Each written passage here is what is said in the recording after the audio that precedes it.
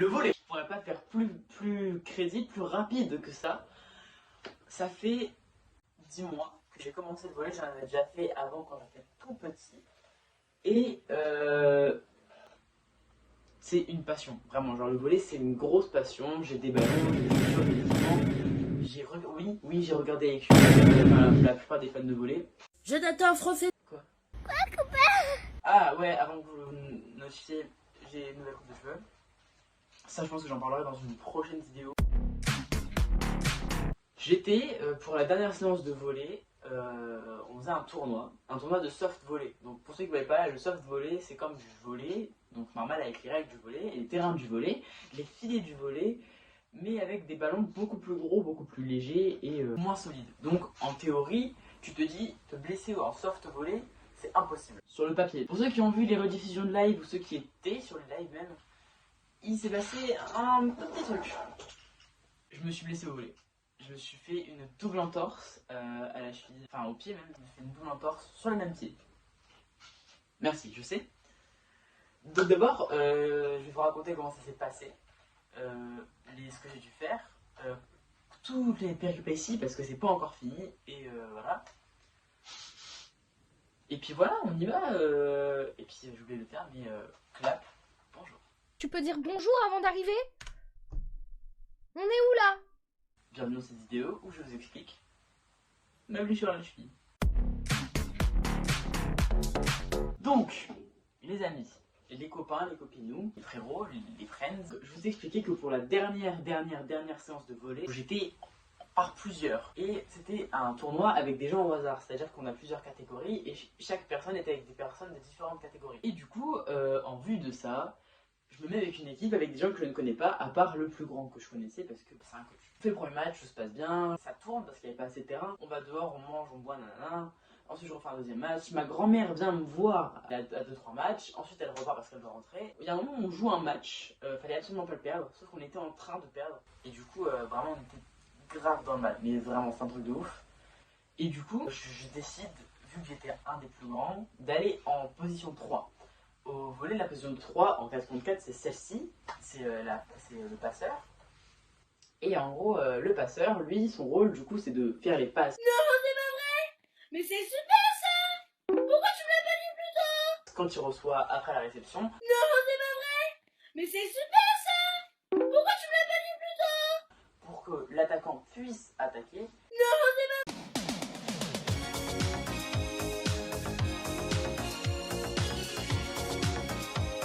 Et de bloquer, du coup, parce que c'était du 4 contre 4. Donc du coup, il fallait qu'il bloque.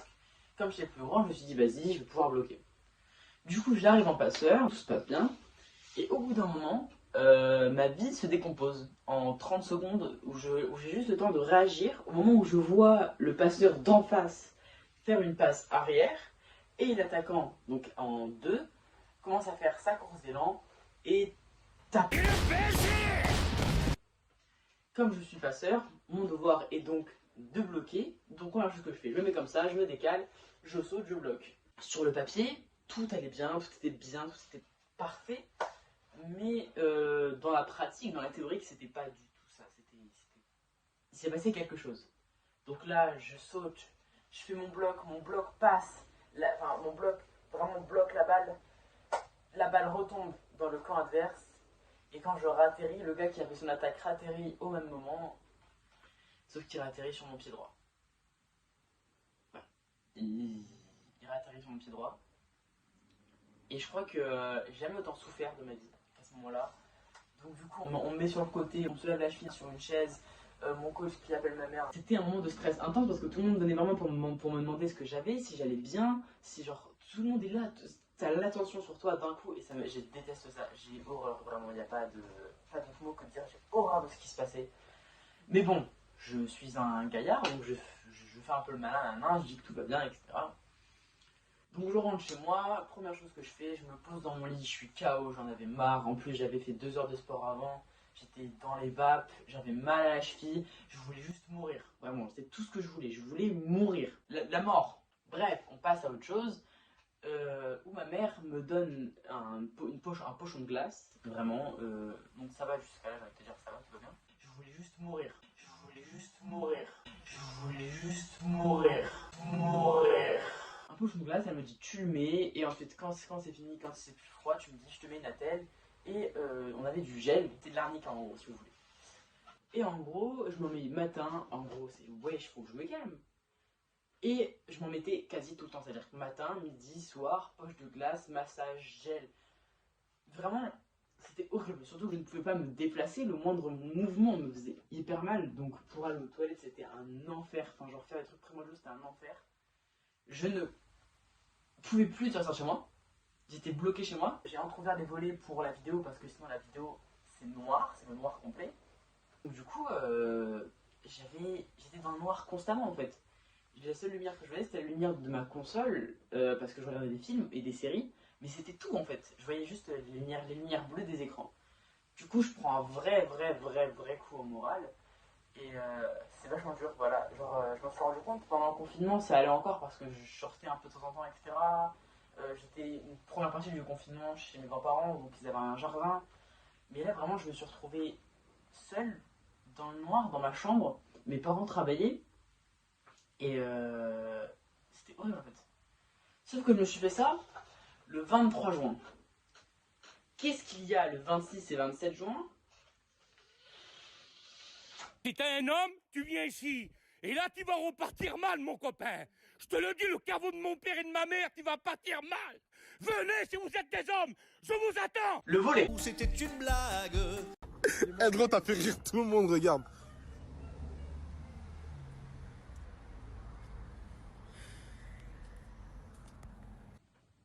Le brevet. J'avais quasi pas grand chose révisé. Ah ouais, j'avais pas révisé grand chose. Ceux qui passent de la famille, bonjour, oui, je n'ai pas beaucoup révisé. J'ai pas révisé énorme. Mais voilà, et petite anecdote, petite aparté, petite parenthèse dans la vidéo. Le monteur mettra des parenthèses.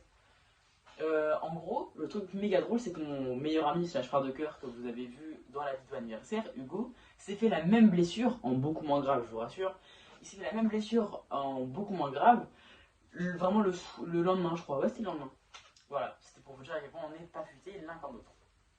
On enlève parenthèse, ça dégage. Et voilà le moment du coup du matin, de la première épreuve de brevet, si je ne me trompe pas, c'était français. Et je dois aller en béquille. J'y ai toujours là. Est-ce que vous savez que les béquilles, ça fait des cannes anglaises aussi?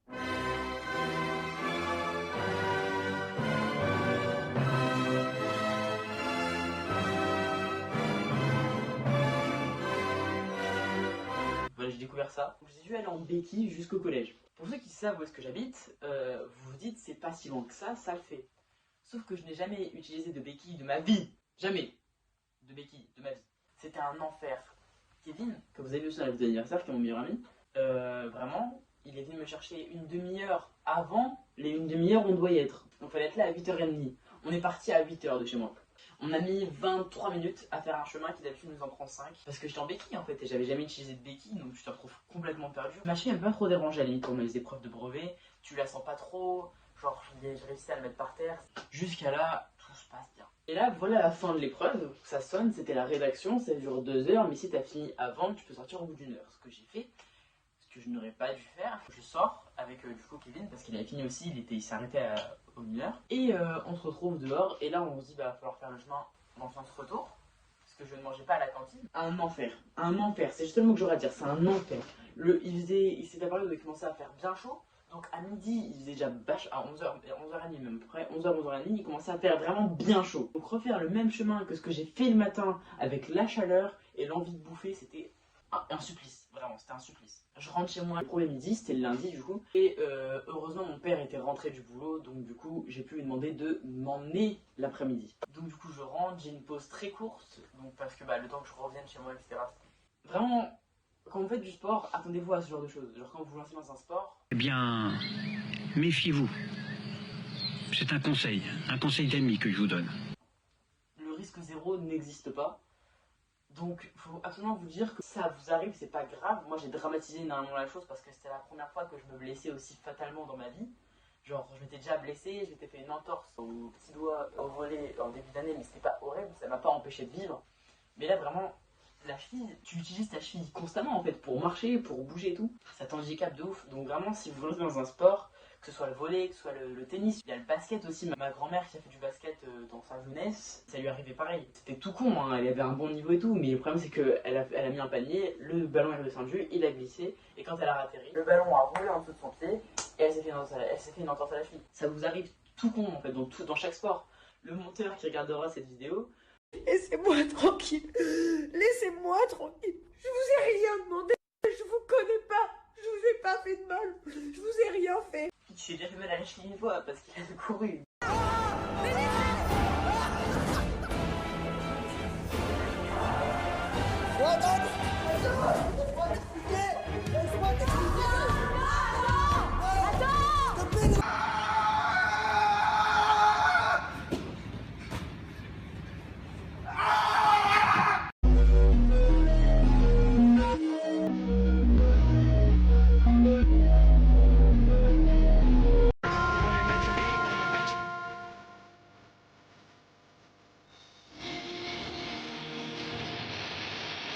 Ouais, je suis pas tout seul, bande d'enculés. Donc, dans n'importe quel sport, quand vous en faites, quand vous vous lancez dans un sport, équipez-vous dans tout ce qui est soins et tout.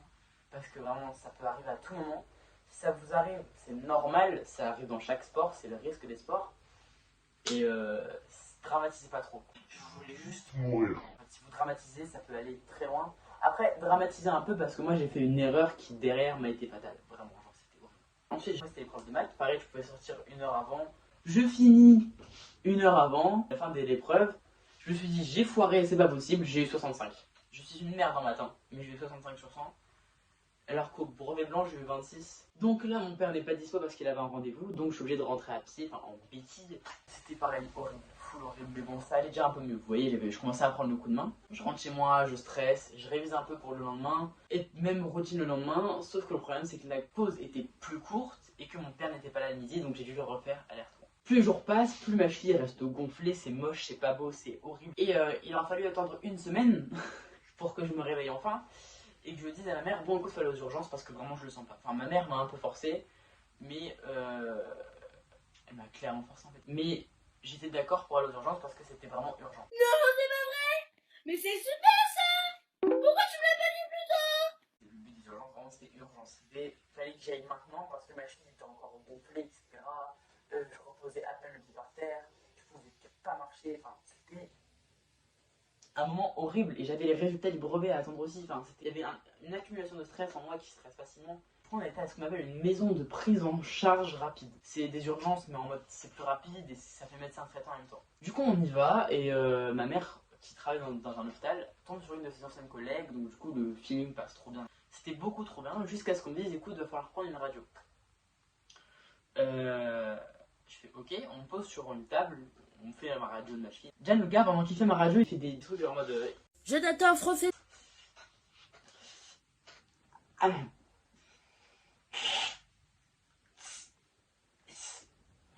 Pendant genre 5 minutes, on me prend ma radio et je le vois, je suis en mode ça va? Est-ce que tout va bien? Vais-je décéder? J'étais en mode full stress quoi, j'étais en mode il va m'arriver les pires trucs possibles, j'ai un truc de fou. Dramatisez pas trop. Il me dit, écoute, tu t'es fait une double entorse au même pied. Je me dis, d'accord monsieur, mais est-ce que ça excuse le fait que vous faites... Je me suis clairement pas loupé. Du coup, je retourne dans la première salle où j'étais avec ma mère et sa collègue qui parlaient encore. Et il m'ausculte vraiment le pied, cette fois-ci, il me touche. Et il me dit, bah écoute, c'est très simple, on va te donner une nouvelle attelle. Il me dit, je vais vérifier ton tendon d'Achille. Tendon d'Achille, pour ceux qui savent pas,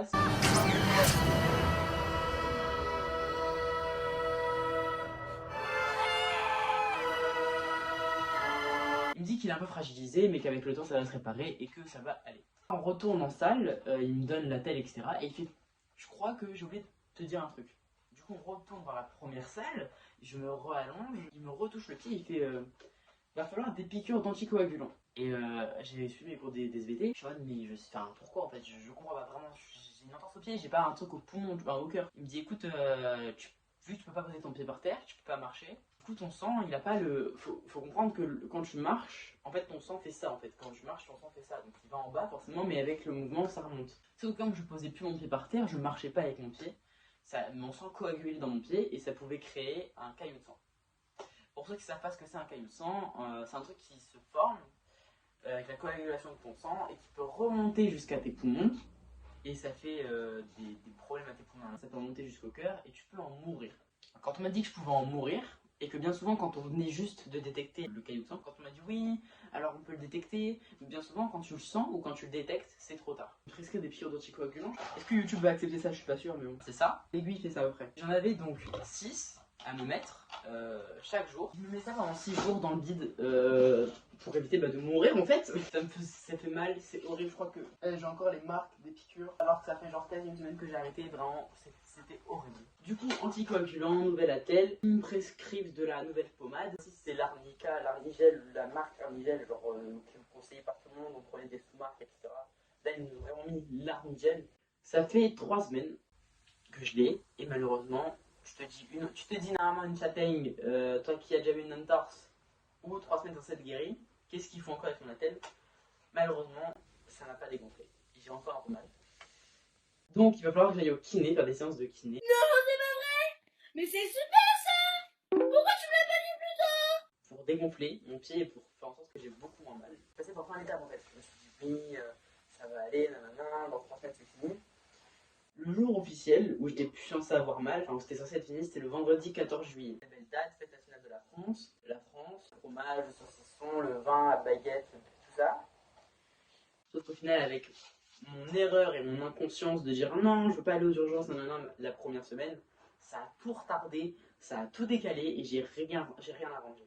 Vraiment quelque chose de super chaud. Si je fais cette vidéo, du coup, c'est pour faire. Et je le dis, hein, comme ça, vous êtes contents. Enfin, je vais être 100% transparent avec vous. Si j'ai vu cette vidéo, du coup, c'est pour faire écho à la vidéo de Joyka quand il raconte son opération, quand il a eu mal au chiche. Il raconte son opération, je me suis dit putain, pourquoi pas faire pareil. J'ai pas encore subi d'opération, je n'en subirai pas. Il va aller au kiné. Donc, c'est surtout une vidéo de prévention, c'est que je veux vous dire que si vous faites du sport à haut niveau, ou même à bas niveau, ou genre même en loisir en fait, il y a le risque zéro n'existe pas. Que faut toujours avoir des trucs chez soi. Vraiment, ma mère qui est du coup travaille dans un hôpital, elle avait tout ce qu'il fallait à la maison, donc ça m'a sauvé clairement. Mais sinon, genre, faut toujours avoir un truc chez soi. Que si ça arrive, dramatisez pas trop parce qu'après vous allez avoir peur de mourir, mais faites les choses nécessaires dans les bons temps parce que ça peut vraiment genre vous toucher, etc. Et rétablissez-vous bien, restez au repos le plus possible et essayez de voir la lumière du jour le plus possible. Essayez de voir la lumière du jour parce que sinon ça vous met un vrai coup moral et ouais, ça m'a vraiment mis un vrai coup moral en fait. Je pense que ça a été le truc le plus dur, c'était de ne pas sortir, de ne pas voir la lumière du jour, de ne pas pouvoir bouger, de rester genre dans mon lit comme ça, à attendre que ça passe en fait. Et voilà, c'était vraiment pas un moment très joyeux de ma vie. Je suis content que tout ça va bientôt s'arrêter. Normalement, on est pour une semaine ou deux de kiné. Mais au bout d'une semaine, ça peut être guéri. Ensuite, la deuxième semaine, c'est juste de la sorte de rééducation pour le volet. Donc, je suis content. Mais vraiment, faites attention à vous. C'est méga important. Les amis, pour ceux qui auraient trouvé une chaussure de volet en pointe genre 42, 43, j'avais bien que j'ai perdu ma chaussure de volet. Je me suis blessé, j'ai perdu une chaussure de volet. J'en ai une, j'ai pas l'autre. Merci de me la rapporter. Sur ce, on se revoit bientôt. Je vous adore. Je vous aime, les amis. Juste à vous dire ciao tout le monde. Peace.